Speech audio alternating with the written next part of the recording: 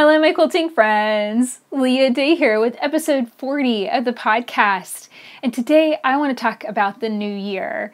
Every year, kind of around this time after Christmas, before the new year, I always pick a word that acts as a guiding principle. And it really helps me achieve my goals and set good intentions for the year. So that's what I'm going to share in this podcast. It's a little bit different from our usual ones, but I love being able to look back at podcasts or a video that I've done in years past, because it's kind of like having like a time capsule of what was going on back then. So if you would like to hear the podcast, it was actually episode 8 from last year, was the words of the year for 2017. So I think it's really cool that we have this and you can look back on what was going on and what was in progress. So a few updates about what's going on around the house. I am getting so excited about our upcoming machine quilting party. So let me just show you a few of the quilts. So one thing we're going to do starting on the Fridays of every week, starting in January, we're going to learn a new walking foot style design. And so these squares we're going to stitch out with walking foot style quilting. And those videos are going to be posted every Friday. And then in the end, we're going to cut them down and turn them into a big quilt. So here's one of my designs and here's another one. And what's really cool, I did minky fabric on the back. So it's super, super soft. I gotta admit, I'm completely addicted to minky these days. But of course you could do any kind of fabric that you want on the front and back. I also did a real lofty, fluffy batting too. So this is gonna make a really fluffy, thick quilt when it's all done and together. So on Fridays, we're going to be learning new designs and stitching them out like that. And on Mondays, we're going to be learning how to piece and quilt this big rainbow log cabin quilt. So if you're listening to the episode, please come and check out the show notes and you can see me holding up this big quilt. You can also see some pictures of the quilts full size. So this is a really large quilt and we are going to quilt it together on a home sewing machine. I promise it's actually not as hard as you think. So I cannot wait to share this with you. I'm super, super excited about teaching you how to make both of these quilts. We're actually going to make one more, and you can find all of the quilt patterns in my new book, Explore Walking Foot Quilting with Leah Day. So the third quilt that we're going to make together is called Prism Path, and let me hold up a picture of it if I can turn to the right page of the book. There it is. So we're going to make that baby quilt as well and be stitching out together every week. So every Monday and every Friday, there are going to be new videos posted. So I really hope that you'll join in this fun project. It's going to be such a blast. You can pick up a copy of the book and get the patterns that you need to join in the fun at leahday.com/walkingfoot. Now this past week, I shared a new Quilty Box project. So Quilty Box is basically a monthly subscription box of fun quilting gear. And every month it comes with fabric and tools and supplies and a little bit of thread. So this month's box, I took the fabrics and sliced them up to create the double striped diamond quilt. So definitely go and check that out at leahday.com/stripe. So it's a free quilt pattern. You can download it and slice up your fabrics to create diamonds and then piece them together. It's really, really fast and easy. And honestly, diamonds are very, very quick to cut and piece. Don't feel like you ever have to run out and buy a special template or cutter for that. You can do it with a regular straight ruler, and I share how in that video. So make sure to check that out. So again, that's leahday.com/stripe. So that's it for the updates around the house. I cannot wait to get started with the machine quilting party and begin sharing the love for walking foot style quilting with you. So make sure to join in. You can learn more about that quilt along at leahday.com/2018 party. You can find the materials list, so if you're wanting to pick up things and get started before your book arrives, you can definitely check it out there. And then, of course, we're going to be sharing the new posts and videos on Mondays and Fridays starting on January 1st. So I hope that you'll come and check that out and join in the fun. And now for our podcast episode all about the new word for the year for 2018. Hello, my quilting friends. Leah Day here with episode 40 of the podcast. And today I'm going to talk about goals and intentions and my word for the new year in 2018. So this is something that I do every year. I start thinking about how the previous year has gone and then what I want to change, how I want things to be different in the coming year. And I know everybody is different. You know, some people don't feel like it's important to have New Year's resolutions or anything like that, or like, you know, why change right on New Year's? Why not another day of the year? And I completely understand that. But to me, New Year's is that perfect day to say, here, brand new year, brand new number, you know, let's start all over again from scratch. And if there is something that you're wanting or wanting to change or wanting to do, then why not set that as the start date, as day number 1? You know, it's the easiest day to go to base off of. So that's really my perspective and why I do this. And it is a big deal for me. I think a lot about this throughout the year. And that word kind of works around in my mind. It's always kind of in my mind, in my thoughts, in my heart. And it really does make a big difference. So a little bit of update on the word for the year last year. So 2017, I picked 2 words. One was open and the other was simplify. So I really believe that having these 2 words really affected 2017. I was able to produce so much. We came out with a workshop, the Mega Pinwheel Star Walking Foot Workshop, and that came out in June. And I would absolutely not have been able to produce that workshop had I not seriously simplified my life. So, you know, really I sat down with Dad and we were kind of brainstorming one day and I came up with the list of videos for that workshop and he said, I think that looks good. You know, why don't you go do it? And I broke it down and we had that thing shot and ready to go in a very short space of time. And it felt great to move that quickly.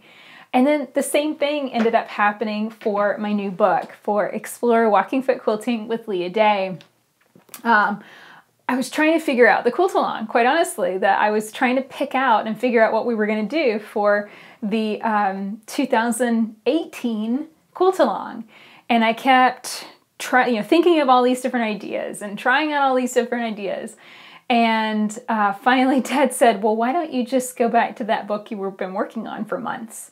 And why don't you finish that up and then maybe make the quilt along about that, you know? And yeah, it was a lot of work, you know, and that really tapped into the word open. I had to be open to try new things. I had to be open to learning new skills that I had never tried before, like photography and learning how to use a DSLR camera and then how to edit in Lightroom. And it was just, there was a lot to that. And it was a whole process, but it was also a process that really pushed me on those words to keep it simple, to not overly complicate things, and to remain open to all of those new things that were changing and happening.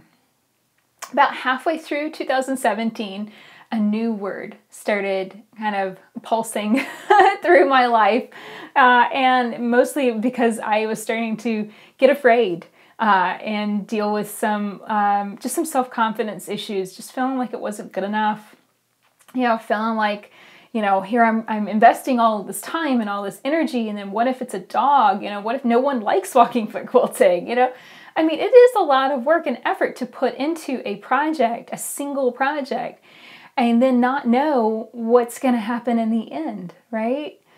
So trust became my word, and it was the most reassuring thing when I started to feel afraid and really anxious, and, you know, just like the piles of things that I needed to do to finish the book got heavy. I would just repeat to myself, just trust. It's going to be okay. I'm going to get it done. I'm going to get it done on time. You know, it's going to be all right. And that was so helpful. Kind of the imagery that came in, if you've ever seen Master and Commander, there's a guy on a ship and they're getting blown up, and he puts his hands together in 2 fists, and tattooed on his knuckles, other words, hold fast. And that's literally what I felt like I was doing for the last 3 months. Hold fast. It will be okay. You'll figure it out. And then some of the book was out of my control, like the layout and the editing and, getting it to work with the printer and all that kind of stuff was kind of out of my control. And I just had to trust that everything would work out okay. And it did. Everything was wonderful. And we had a terrific launch.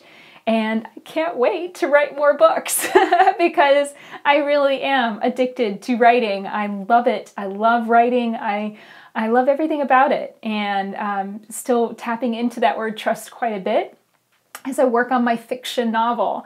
More than halfway done with this novel. And it's a fantasy story about a little girl in a quilt and a very big adventure that she goes on. So looking forward, I know that based on how many words I write every day, that book will probably be finished, at least the rough draft will be finished by the end of January.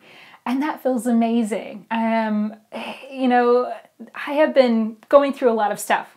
I've been pulling out old bins and old journals and clearing out my entire studio. I just got really frustrated with the way my laundry room, my dyeing station stuff, that was just so junky. And then I started noticing that I had so many bins of things that was like a little bit of something over here and a little bit of something over here. And it was just so disorganized. So I pulled everything out and pulled everything together and did a mass organization of every craft thing that I have. And what I found a lot of journals. And I found in those journals this story I have been writing for 5 years. So like little snippets of this story I was, journaling and writing and working on 5 years ago. And then I'd put it down and I'd put it down. I'd pick it back up and then I'd put it back down again. And so it feels so good to be now in nearing January 2018 and to know that this book will be finished. And then we'll be on to another book and something more to write and share there. So that feels amazing. I don't know when we will publish it. Josh and I are going to work on the editing and all that good stuff. This will be so much easier to create this new book because it's just text and cover art. I don't have to do 300 plus photos and diagrams. It will just be the story, and that feels amazing. So 2017 saw a lot of changes, certainly in my life, and one very big change that happened was I gave up drinking. And this is something I don't really think I've talked about very much on the podcast, but it is something that I have found to be very important. It was very challenging to do, but it has made an enormous difference in my life. And so in January 2017, I stopped drinking completely, cold turkey. And I realized that that's the way I work. I'm a cold turkey kind of girl.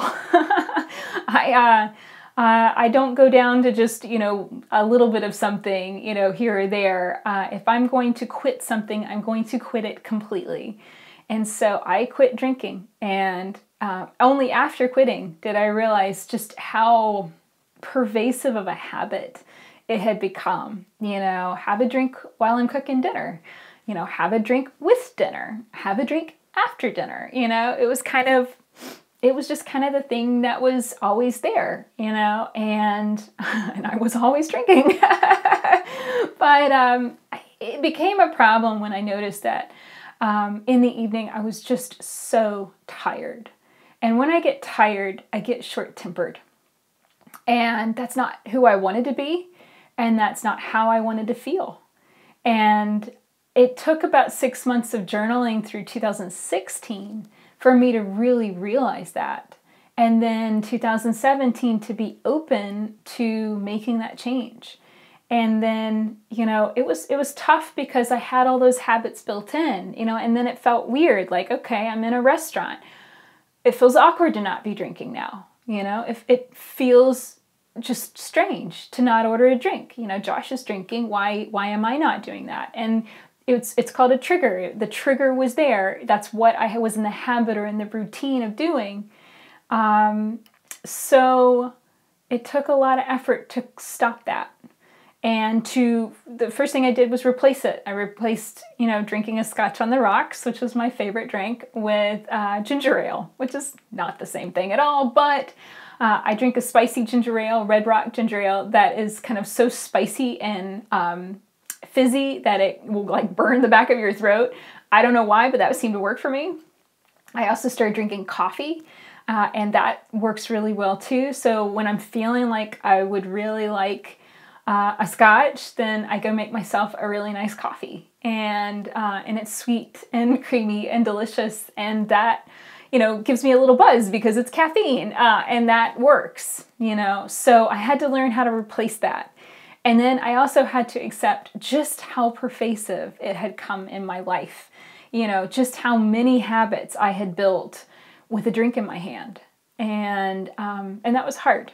And I feel very proud of myself and very fortunate to have been able to break that habit. And that was huge. I would say of all the things that I've done in 2017, I am most proud of that. I'm also very proud of the skills that I built in 2017, but really breaking that habit for drinking was pretty huge. And that is something, you know, very personal. And no one will probably ever, like, you know, give me an award for stopping drinking, but I give one to myself because I think that was a pretty huge deal. So 2017 was tough. You know, that was certainly a game changer. And then, you know, working on these projects, you know, it was a lot of mental work. It was a lot of physical work. And, you know, and I rose to the challenge. And that's where the new word for 2018 started to chug around in my brain. You know, it started to chug around in my heart. And I came up with an idea for something I'm going to be sharing, not this year, but next year, 2019. So this is way far in the future, and it's going to be a really huge project. I started thinking about it, and I would just, it was crazy, scary, but it was also completely awesome. And I had this idea. I was like, can I actually do this? Can I pull this off? This is going to be so cool if I can. And, you know, I was kind of bouncing around and not really quite ready to commit to it. And then, I don't know, at some point I just thought, you know, are you up for the challenge? And that's my word for the year, challenge. I painted this little magnet so that way I would have it. So 2018 challenge.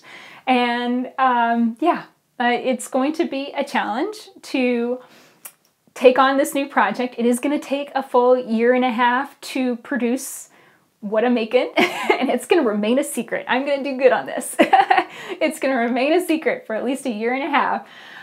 But it's big, and it's going to take a lot of work, and I'm going to have to be committed to it and work throughout this entire period on this. And that's really exciting. I think in years past, I have kind of been, the analogy I think is really good is sitting on the edge of the pool, you know, and dipping your toes in. So like, oh, is it cold? You know, like, you know, I don't want to go all in, you know, I'm scared it's going to be too chilly, and then I'm going to get cold, and then maybe wet and cold, you know, the whole 9 yards.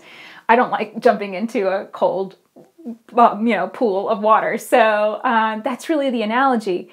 But it's, you know, the word challenge to me is saying jump in whole hog, running leap, and jump in and do this. Commit to it fully. And, you know, just do it.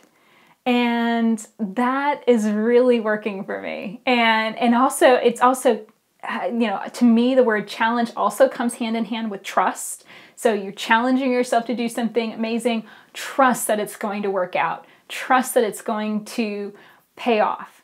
But even still, the challenge is there. Sometimes a challenge can be just simply for their own personal benefit of doing the thing, you know, and proving that you can. And that's powerful too. Now, I know that my words for the year can come as a double-edged sword. So I know that picking a word like challenge or letting a word like that guide me could also come with challenges to my life. You know, it could be that we are running into a year of bad luck. I don't know. It could be that we have challenges ahead and this word is meant to be a warning of dire things to come. You know, I am not a pessimistic person and I don't generally look at things pessimistically, but I have been guided by words of the year for long enough to know that they can sometimes do that. They can sometimes be a double-edged sword.